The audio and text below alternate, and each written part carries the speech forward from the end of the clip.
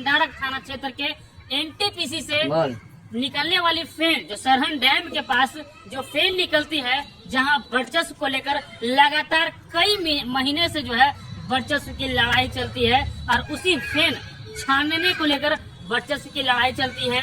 दो गुटों में लगभग हमेशा वर्चस्व की लड़ाई देखने को मिलती है। उसी बीच जो है गुप्त सूचना के आधार पर पंडारक थाने को पुलिस जो है वो पहुंचती है डैम पर और वहां से जो है रिटायर्ड सीआरपीएफ के जवान सुनील कुमार और उनके साथ कई साथ जो व्यक्ति है वो पुलिस को देख भागने लगते हैं। उसी बीच जो है वो सुनील कुमार को पुलिस दबोचती है और उनके पास से हथियार बरामद करती है और वहां मौजूद स्कॉर्पियो गाड़ी के भी खंगाला जाता है।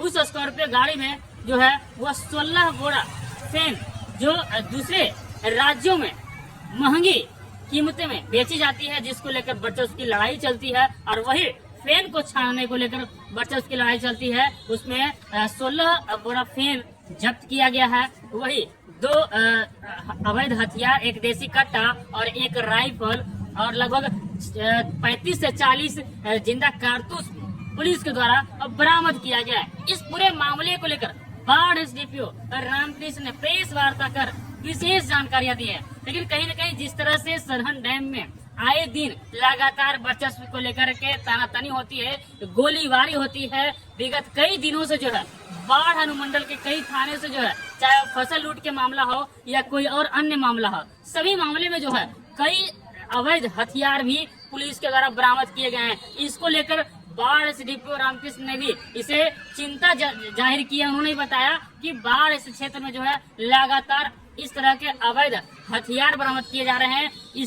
इस पर भी पुलिस की पैनी नजर है और चप्पे चप्पे पर पुलिस जो लगातार छापेमारी कर रही है, चाहे वो वाहन जांच के क्रम में पाया जाए, वो फसल लूट के मामला में पाया जाए। थाना क्षेत्र में जो है वार्ड नंबर 4 से महाकाल पासवान के घर से भी एक अवैध हथियार और कई जिंदा कारतूस जो है वो मोकामा के थाना के एसएचओ कुणाल कुमार के नेतृत्व में छापेमारी की गई और गुप्त सूचना के आधार पर वहां से भी एक देसी कट्टा और 9 जिंदा कारतूस बरामद किए और उसे न्यायिक हिरासत के तहत जेल। आज की जो प्रेस विज्ञप्ति है, हम लोग 2 मामलों में आपको जानकारी देने के लिए बुलाए हैं। सबसे पहले जो है वो कल देर रात मोकामा थाना अंतर्गत ऐसी सूचना प्राप्त हुई कि एक व्यक्ति जिसका नाम महाकाल है, वो जो है कुछ दिन पहले ही वो जेल से छूटे भी थे और उनकी गतिविधि जो है हाल के दिनों में भी काफ़ी संदिग्ध रही थी।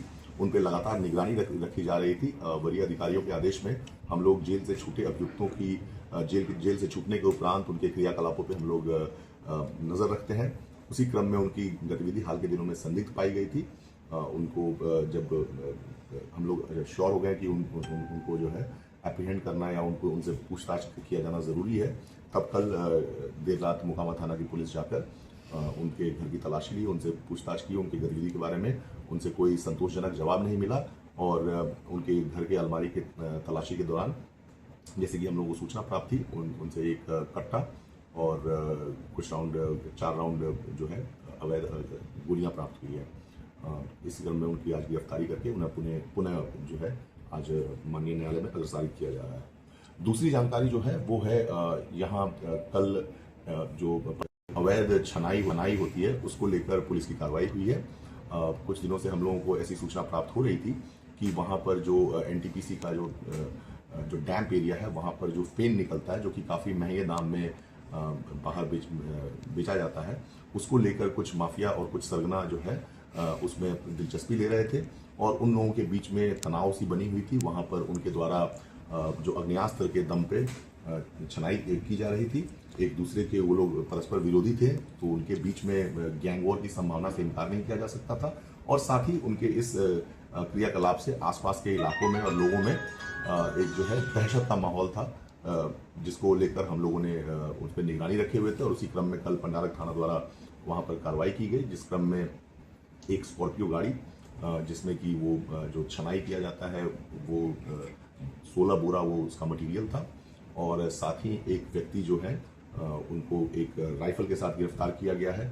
जो गाड़ी छोड़कर भागे अन्य व्यक्ति थे उनकी तलाश जारी है। उस गाड़ी में से भी हम लोगों को एक अवैध कट्टा बरामद हुआ है और कुल 31 राउंड गोलियां बरामद हुई है, जिससे ये साफ प्रतीत होता है कि वहां पर हथियार के दम पे ये छनाई का काम किया जा रहा था। अच्छा सर, फेन विवाद तो बहुत दिन से चल रहा है, इसमें एनटीपीसी कोई टेंडर देती है कि सब अवैध रूप से छानते हैं? हाँ, इसमें जो एनटीपीसी का जो टेंडर देने की प्रक्रिया है, इन सब चीज़ों को लेकर हम लोग एनटीपीसी के आला अधिकारियों से बातचीत करेंगे, उनसे पूछेंगे कि इसमें क्या इनका जो है एसओपी है, क्या प्रोसीजर है जिसके तहत इसकी कार्रवाई की जानी है।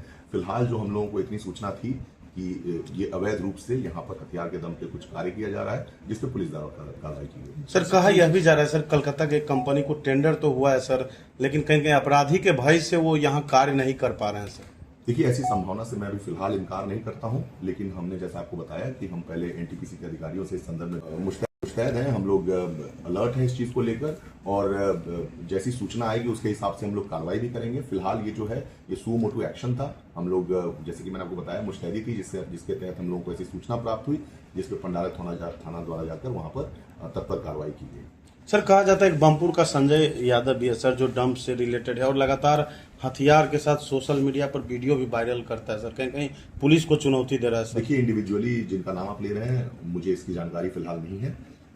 मैं आप लोगों के माध्यम से ये संदेश देना चाहता हूं लोगों को कि अगर किसी प्रकार की अच्छी सूचना जो आपराधिक गतिविधि से संबंधित हो या उसको रोकथाम हेतु जो अगर सूचना है, आप सीधे हमारे नंबर पे दे सकते हैं। हम लोग उस पर निश्चित रूप से सत्यापन करते हुए अग्रिम कार्रवाई करेंगे। Thank you sir. सेना से भी जुड़े हुए थे गिरफ्तार हुए पंडारा में? जो व्यक्ति गिरफ्तार हुए हैं वो पूर्व में सीआरपीएफ में कई वर्ष अपनी सेवा दे चुके हैं।